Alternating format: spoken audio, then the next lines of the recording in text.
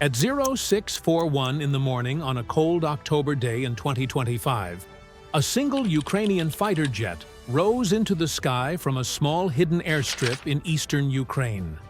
The sky was pale blue, the sun was slow to rise, and the air was calm enough to make flying feel almost peaceful. The pilot, known by his call sign Falcon 2, believed he was starting a simple patrol mission, just like the dozens he had flown before. Everything looked normal. His instruments were stable, his radio was clear, and the horizon ahead of him seemed quiet. But unknown to Falcon 2, 17 Russian air defense systems had already received orders to bring down any Ukrainian aircraft that entered their sector. Radar operators were watching their screens closely, prepared to fire the moment a target appeared. They believed today would be the day they finally shot down a Ukrainian jet. They were confident, they were sure, and they were completely wrong. Falcon 2 climbed to his assigned altitude and felt the steady vibration of the engine beneath him. He didn't know it yet, but he had just triggered one of Russia's largest coordinated air defense responses in months. Russian officers across multiple command posts suddenly became alert. Lights blinked on their radar screens. Signals appeared where none had existed only seconds earlier. The Russians believed a Ukrainian jet was flying straight toward them, and they prepared to attack immediately. But what they didn't know was that Ukraine had set a trap of its own, and within minutes, Russia would waste millions of dollars in missiles, chasing a target that wasn't even real. Before continuing, make sure you're subscribed. What happens next will shock you more than anything you've seen so far in this war. The truth was simple. The aircraft Russia detected was not Falcon 2. It was a specially designed Ukrainian decoy drone. This drone had one job: to make Russia think it was a real fighter jet. Ukrainian engineers had created a small craft with a reflective surface that made it look large on radar. Its speed pattern mimicked a fighter, and its signal signature was deliberately shaped to trigger Russian targeting systems.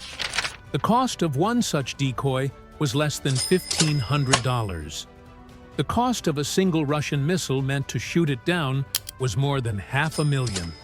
The math already favored Ukraine. While Russian officers prepared to fire, Falcon 2 calmly followed his planned route. His real position was far from where Russia believed him to be. He was flying low, hugging the terrain, staying under the radar horizon. Meanwhile, the decoy drone flew higher, inviting the Russians to lock on. For the next few minutes, Falcon 2 and the drone moved like two shadows playing a dangerous game. One real, the other a ghost. And Russia was about to attack the wrong one.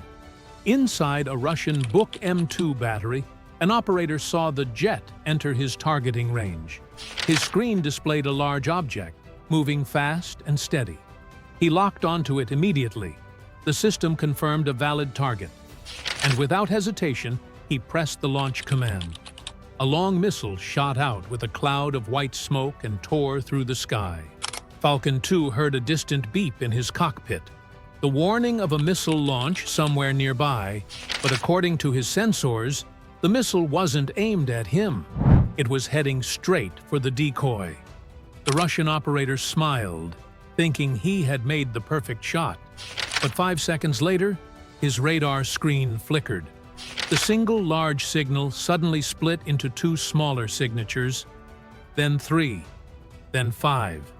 He panicked, believing the Ukrainian jet had activated advanced electronic countermeasures.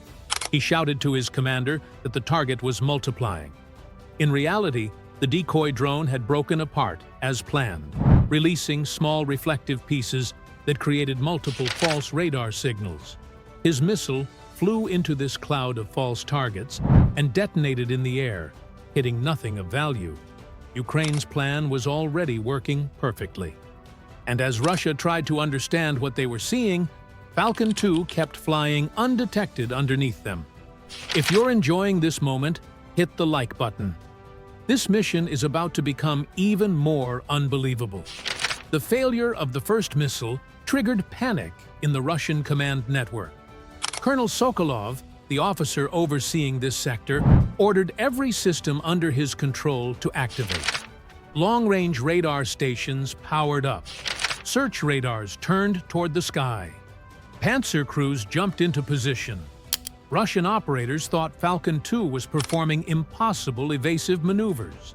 They did not realize the maneuvers they were tracking were nothing more than an AI-controlled drone, zigzagging in a pattern designed to confuse them.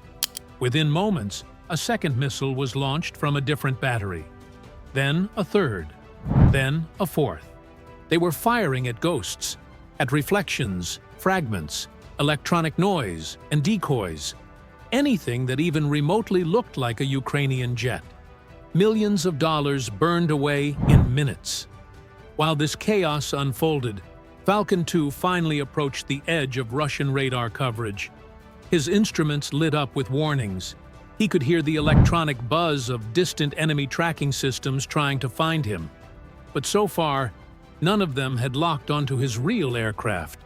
He knew this wouldn't last. The closer he flew to the border, the stronger the Russian radars became. And then it happened.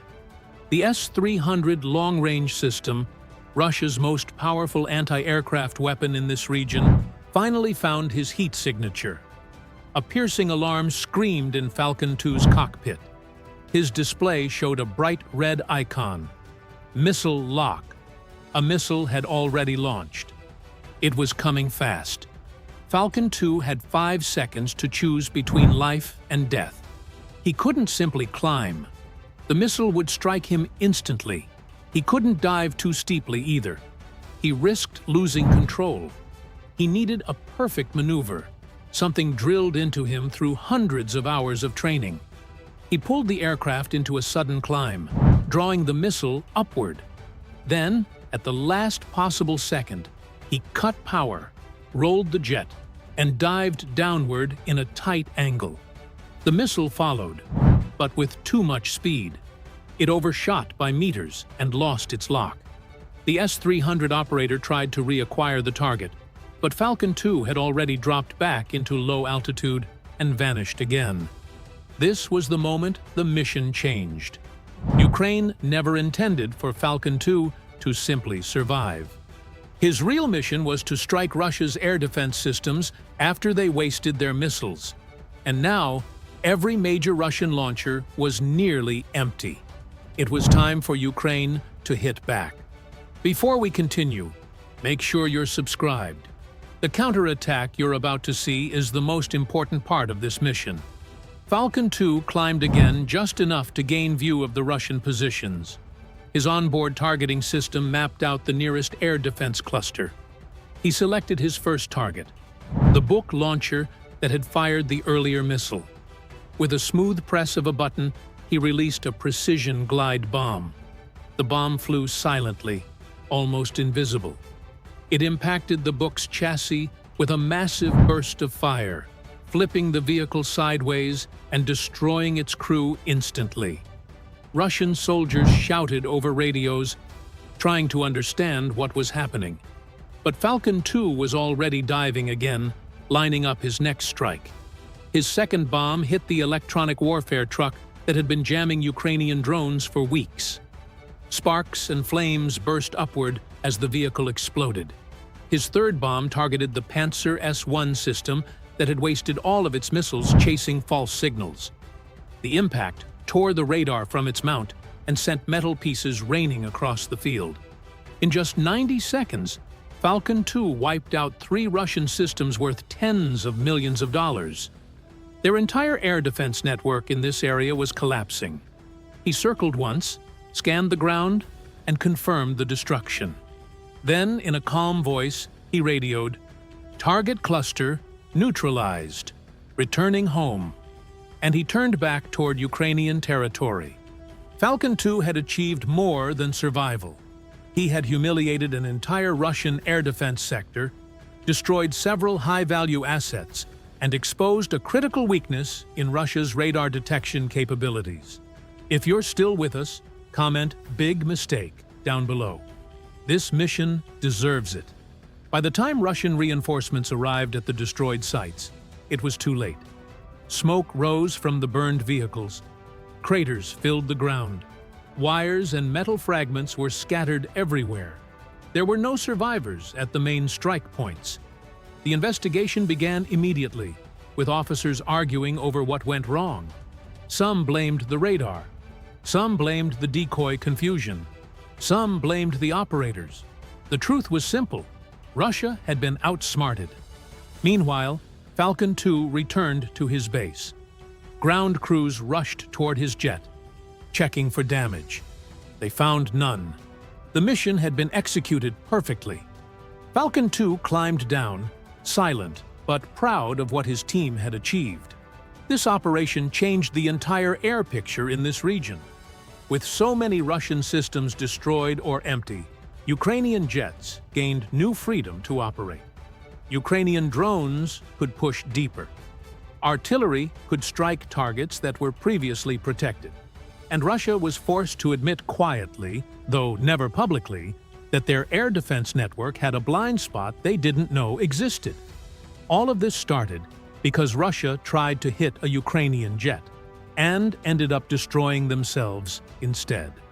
If you want more missions broken down like this, make sure you subscribe right now.